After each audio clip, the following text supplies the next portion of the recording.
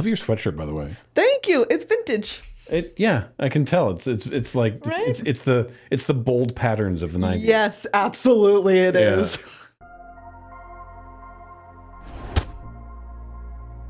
Greetings, you Merc Striders. I hope you're doing well. This is the Crack-A-Pack on LRRMTG. My name is Graham, and I'm joined today by Megan from Good Luck High Five. I'm Hello. so excited to be here, and I'm trying to figure out, I asked you to give me a mystery pack, and I know Merc Strider it's so familiar, but I can't remember like what it's from.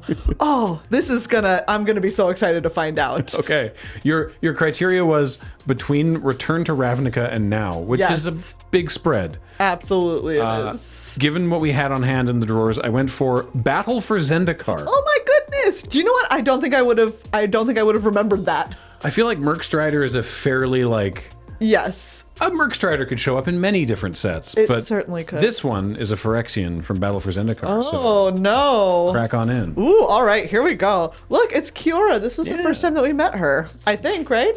I believe it was in Battle for Zendikar. I don't know, but I'm a big fan of Kiora. I know, me too. Ooh, all right. Look at. Goodbye. Just like to melt into oblivion. Thank you.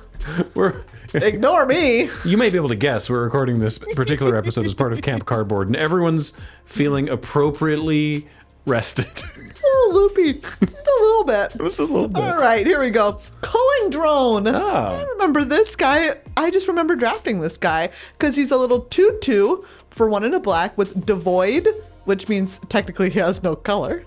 And Ingest, which is whenever he deals combat damage to a player, that player exiles the top card of their library. Right. Yes, and which was something that you wanted to do. So I feel like this was a fairly popular pick. Yeah, just a little. It's a bear. 2/2 for 2. Yeah, and with the ingest, because Exactly. you would ingest and then later you would process Yes, exactly. with the processors. Ooh, Giant Mantis. 3 and a green for a 2/4 insect with reach. Just a classic. It's a classic. Not a spider this time. Insect. This one's an insect. Simply an insect. Huh. Specifically, I assume mantis. Yeah. Well, you know what they say about assuming. Don't do it. Butt stuff. Yep, got there. Yeah. Ooh, Fortified Rampart. Oh, yeah. 1 and a white for an 06 defender. 06. Was there a defenders deck in this format? Was there like a thing that cared about walls? I don't think so. I think that this is just what commons used to look like, Graham.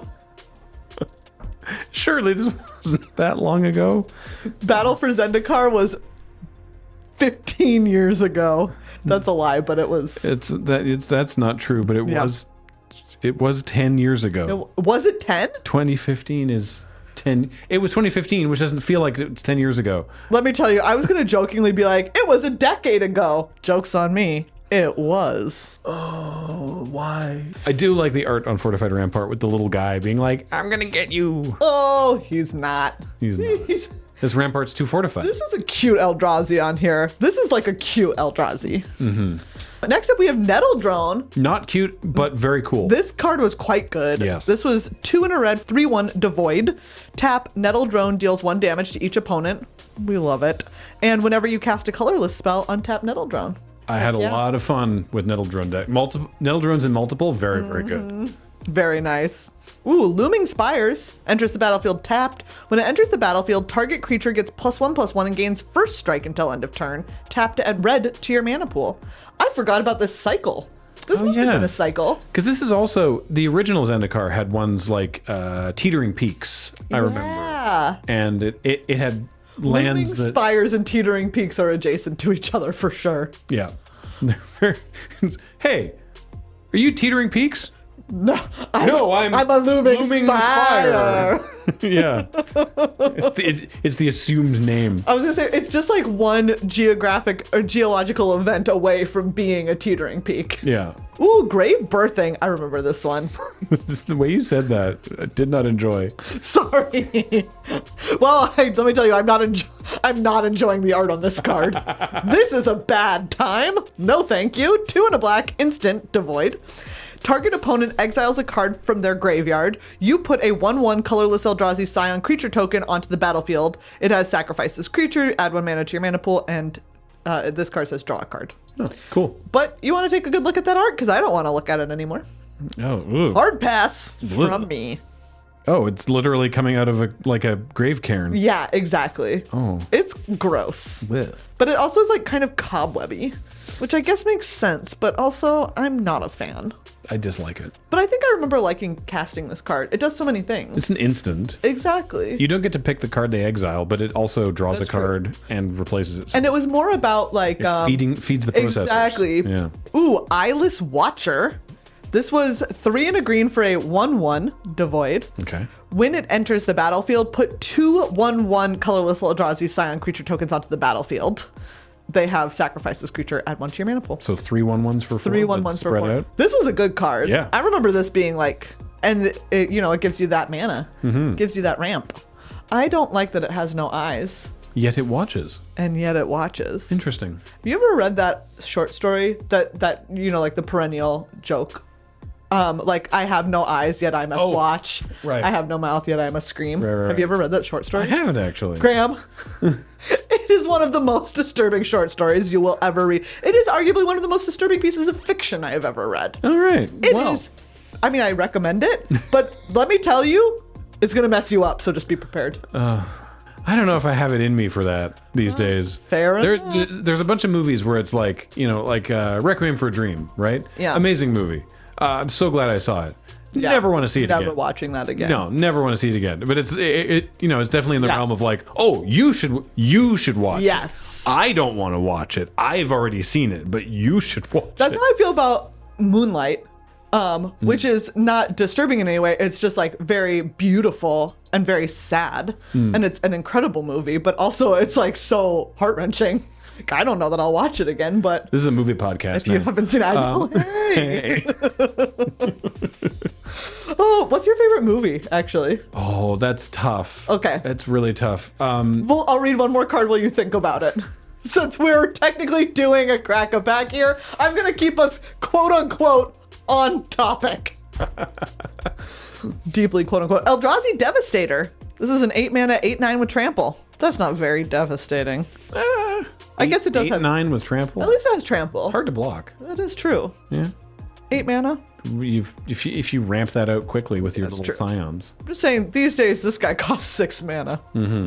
Like I won't go superlative, but top 5 has to be Hot Fuzz. Oh, It's Hot Fuzz it's is so really good. so well constructed. Yeah, absolutely. That like every new time I see it, I'm like I notice new little details that pay out later. It's so well done. Really excellent movie. Great pick. All right, Wave Wing Elemental. Speaking of great picks, JK, this one's fine.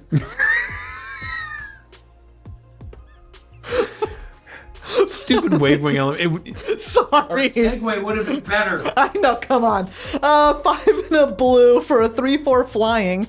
Landfall, whenever a land enters the battlefield under your control, it gets +2/+2 until end of turn. It's fine. It's fine. It's so But for expensive. 6 mana, Yeah. and like I don't want to be making land drops. Not Hard that, pass. Not that late in the game. Have you ever seen Peggy Sue Got Married? No. It's a Francis Ford Coppola film. Okay. And it has young Nicolas Cage in it. It's a pretty early Nicolas Cage film. I'm a big fan of mostly any era of Nicolas Cage. Yeah, absolutely. This is incredible. Okay. We're going to take this moment to talk about Peggy Sue Got Married. I assume this is on your It is higher very higher high. end of It your is in my list. top 2. Okay, great. For sure. My other top 2 film is She's the Man, for people who don't know. But a lot of people who know any Meghan lore already know that. That's a well-known fact about me. But Peggy Sue Got Married is like a really beautiful movie about, it's one of the first ones that was sort of like, oh, what if something happened and you went back to high school and did it all over again? Okay. So Kathleen Turner plays Peggy Sue, and she does an amazing job. She won an Oscar for this performance. She's incredible in it. And she and Nicolas Cage, in like the present of the movie, are married, but their marriage is falling apart. And she goes for a high school reunion, passes out, and wakes up back in high school. And so it's one of the first movies that kind of like does that trope. And it just Is it the thing explores where she, to the audience, she looks like her as an adult, but to everyone else, she appears to be the age that she was at the time? Yeah, Yep, absolutely. Also one of my favorite episodes of Star Trek Next Generation. Carry on. Yeah. Okay, so it's really, really beautiful because it's sometimes very funny, and it does such a touching job of exploring her being like, oh, in the future it's called Peggy Sue Got Married, because she's like, that's what people say about me in the future, right? She was high school sweethearts with Nicolas Cage's character, right? And Peggy Sue got married, and that's all that happened to her in her life. And so it's so good, but also the story about Nicolas Cage in this movie is that he's Francis Ford Coppola's nephew or whatever. And this was early on, and Francis Ford Coppola was like, be in my film. And Nicolas Cage was like, no. And he was like, be in my film. And he was like, no. And he's like, be in my film. And Nicolas Cage was like, okay, but you can't give me any notes. I'm going to do this the way I want to do it. And before I knew this fact, I watched this movie, and I was like, is Nicolas Cage doing a Gumby impression during this film?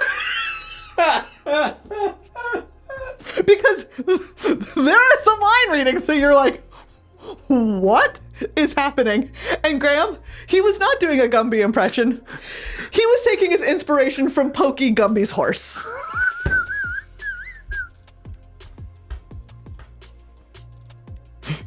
What? Yeah. Why was Francis Ford Coppola so insistent to get Nicolas Cage? Isn't he his like family? Exactly, because nephew or something? His nephew, yes. I think he was like, get in the family business, kid. Anyways, I really cannot highly recommend it enough. Like, I so highly recommend this movie. I was just Francis Ford Coppola was super well respected, and yet for some reason nobody would fund Megalopolis, and I guess now we know why. Now you've got some. We understand. Anyway, all right, let's go back to the pack. Back to the pack. This is another land. It enters the battlefield tapped. When it enters the battlefield, you may look at the top 5 cards of your library. If you do, reveal up to 1 basic land card from among them, then put that card on top of your library and the rest on the bottom in any order. Tap, add green to your mana pool. Cool. Nothing makes me more angry than something that's like, find a land and put it on top of your library. I don't like those cards. I want it to go in my hand. Put it in my hand. Otherwise, it's disrespectful. I would rather you simply remove a land from my deck. Exactly. Like, put it on top. What are you doing? Ooh, Rising Miasma. 3 and a black. All creatures get -2/-2 until end of turn. And this had Awaken 3. I liked Awaken. You remember this? I like Awaken. Awaken's neat. Yeah, 5 black. If you cast this spell for its Awaken cost, also put 3 +1/+1 counters on target land you control, and it becomes a 0/0 elemental creature with haste. It's still a land. Ta-da. Part the Water Veil, one of my favorite Awaken cards, of course. Ooh, Crumble to Dust, 3 and a red, devoid, sorcery, exile target non-basic land, search its controller's graveyard, hand, and library for any number of cards with the same name as that land and exile them. Then that player shuffles their library. Oh, people used to cast this against me when I played Scapeshift in Modern, and it made me mad. Oh, okay. Let me tell you, it's rude. Yeah, that seems I was like, this sounds like a very powerful effect. It is. I mean, it does cost 4 mana. Still, yeah. And honestly, usually at that point, if you have a Valakut out, they're usually dead, but, you know. Adverse Conditions. Don't remember this. 3 and a blue, instant, devoid. Tap up to 2 target creatures. Those creatures don't untap during their controller's next untap step. Put a 1/1 colorless Eldrazi Scion creature token onto the battlefield. It has the text of an Eldrazi Scion. Cool. Yeah, you know. I don't remember that card at all. Ooh, we have a Sanctum of Eugene. Oh, good for Eugene. Yeah, otherwise known as the Sanctum of Ugin. You know. Anyways, land, tap, add 1 to your mana pool. Whenever you cast a colorless spell with converted mana cost 7 or greater, you may sacrifice Sanctum of Eugene. If you do, search your library for a colorless creature card, reveal it, put it into your hand, then shuffle your library. Cool. Yeah, look at that. All right. This was the set that was notorious for absolutely busting Modern. Yes, this was responsible for Eldrazi Winter. Yes. I remember specifically it was the one that was 2 and a blue for a 2/1 flyer that also made a 1/1 Scion. Yeah. It was awful. Yep. Art had like a baby. I can see. Yep, yeah. I can see it in my head, and I'd rather not. Yeah. It had the card that broke the format, or partially responsible, Eldrazi Mimic, which was the 2 mana one. Oh yeah. And then there's the land from a previous set where colorless spells cost 2 less to cast. You could just put it into play. Because wasn't the Modern Pro Tour competitive level decks basically just sort of like a couple, 1 or 2 particularly good cards and then a bunch of draft commons? Yeah, it was just like you know, Reality Smasher. That wasn't a common. That was a rare, but that Reality card. Smasher. That was the 5-mana 5/5 with haste. And was Thought Not Seer Ooh, relevant? Yes, Thought Not Seer. Absolutely. There we go. Yeah, but there were a bunch of just like random. There was like the blue red Eldrazi deck, which just had some dudes. So this whole pack is worth a cool $2.78 on the old boy. Card Kingdom market. Sanctum of Ugin is like $1.50. Wow. So look at that. yeah, I'm gonna go get myself. I can't even name something that costs $1.50. So it's given that we're not drafting for value here. No. If you're sitting down for a BFZ draft, what are you first picking here? Ooh, gosh. You know what? I feel like I am probably. These are like some really. These are not some great uncommons. Mediocre uncommons. Mediocre is generous, Graham. Okay. These are so. This is a real downer. Yeah. I think I'd probably take Taking this Nettle Drone as well. Yep. Honestly, just like. Let's do it. You could probably wheel like the Devastator or the Culling Drone or Grave Birthing. Like you could probably Exactly. wheel a colorless card out of this pack. Yes, to And- go with your Nettle Drone over here. Yeah. Or like worst comes to worst, this like Looming Spires.